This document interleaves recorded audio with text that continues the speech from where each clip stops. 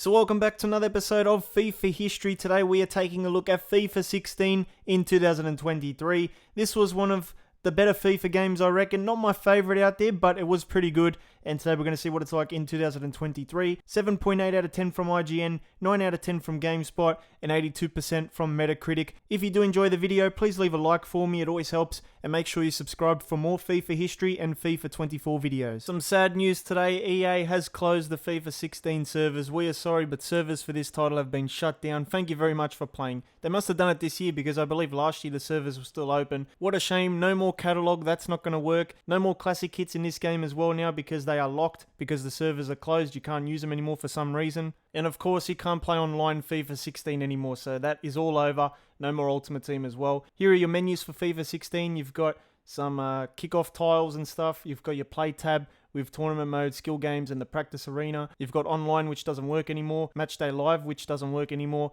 And your customized section, which is pretty standard stuff there. Let's take a look at the practice arena now. And as you can see, we're in the new camp. This was the last FIFA game to have the new camp. And as you can see, this practice arena has a better setting than FIFA 23 because FIFA 23 is all about playing in that park. Unfortunately, it's not a good practice arena because if you press the start button, you don't get the extra features that I really enjoy. So it is what it is. And you might have noticed that FIFA 16 operates with the stadium background as the theme for the menus. So as you can see, we go to Profile Manager. You can change your stadium to whatever you want. So we were at the new camp and the practice arena was the new camp as well. But if I change it to the Emirates Stadium, the whole background is going to change when I back out. And as you can see, we've already got the Emirates in the background now. And that's your stadium background feature. If I go back to the practice arena now, we should be at the Emirates. So beautiful stuff. I really enjoy this feature. What's really cool is if you don't press any buttons for a few minutes, it turns into like a stadium showcase where you can take a look at the whole ground. And then once you become active again, it brings you back to the menus. But anyway, there's one more thing I need to look at in the menus, and that was the tracks. This is what made FIFA 16 special. It had one of the best soundtracks in a FIFA game. You can't forget the bangers like Feeling Electric. There was a few songs that definitely made it onto my music app. It doesn't really hit the same anymore, the FIFA soundtracks. I don't know if it's just me, but it just hasn't hit the same since FIFA 16. FIFA 16 was also the first game to introduce the women's side of things into a FIFA game. They brought in a couple international teams for the women, and of course over the years they've expanded on that, and FIFA 23 should have the Women's World Cup DLC, and of course very recently they introduced the Women's Champions League and all that as DLC to FIFA 23 as well. So let's move on to career mode now. This was the first year that they brought in pre-season tournaments,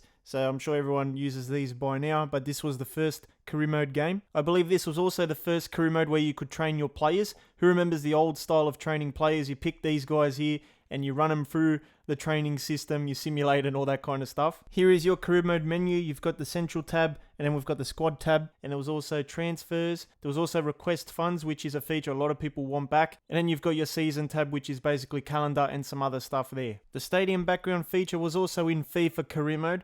So whichever club you were using, you would see their stadium in the menus. There was also the squad ranking as well, which ranked your players from best to worst in your team, which is something I always used to take a look at in career mode. So let's play a game of FIFA 16 career mode. We are playing a European Cup game.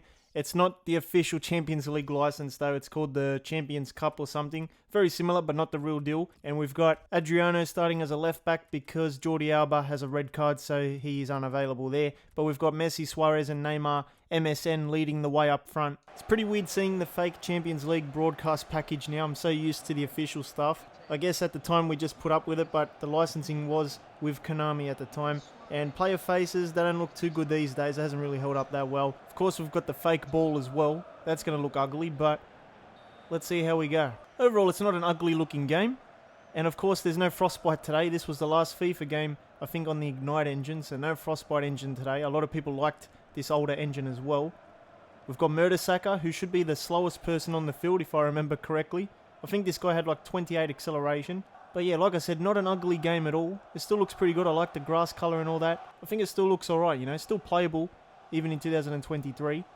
And on the ball, it feels alright. Pretty responsive. It's that old FIFA style of engine. Let's play the through ball. I think he's offside, yep. And there's the shot. Ref still hasn't called it, finally. I remember FIFA 16 at the start. I think I remember it. It was a little bit dodgy. Then they patched it. It wasn't too bad towards the end. But it's definitely a game that if you have pacey players, it's going to suit you better. But overall, it just feels like a FIFA game. Pick up and play. Let's see if we can do some skill moves. Look at that. Oh, we stuffed it up. Let's lay it back. Iniesta. Messi. Suarez. Busquets to Neymar. Trying to turn these guys. Neymar trying to do some silky skills. Plays it back. Adriano whips it in. Suarez is there and Monreal clears.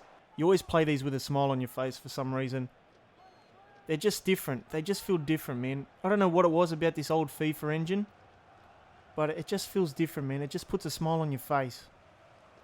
Even though like some newer games have all the features, just the gameplay's a bit better here. It's just more fun. Nice touches by Iniesta. The dribbling is so good. Walcott full of pace, look at that. Ozil. Looks like he's got a turbo boost on as well. He crosses it in. And it goes all the way to Sanchez. Turns one. And we should clear that. Oh my goodness, don't pass it across goal like that ever again, please. Putting a lot of pressure here at the moment. Giroud with the shot, Bravo with the save. And we cut it out with Messi. I like defending in this game. It's pretty balanced. And if you've got physical players, they're pretty good with defending as well. Wilshere, nice ball over the top. What happened to Wilshere, by the way? I haven't seen him in a long time. And Giroud hits it over the bar. Giroud plays it back. Arsenal really turning it on now. But like I said, the defending, very fun. And now we can counter here.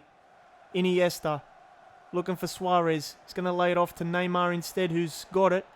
And we're going to whip it in. And Debussy just covers in time. And Neymar picks it up again.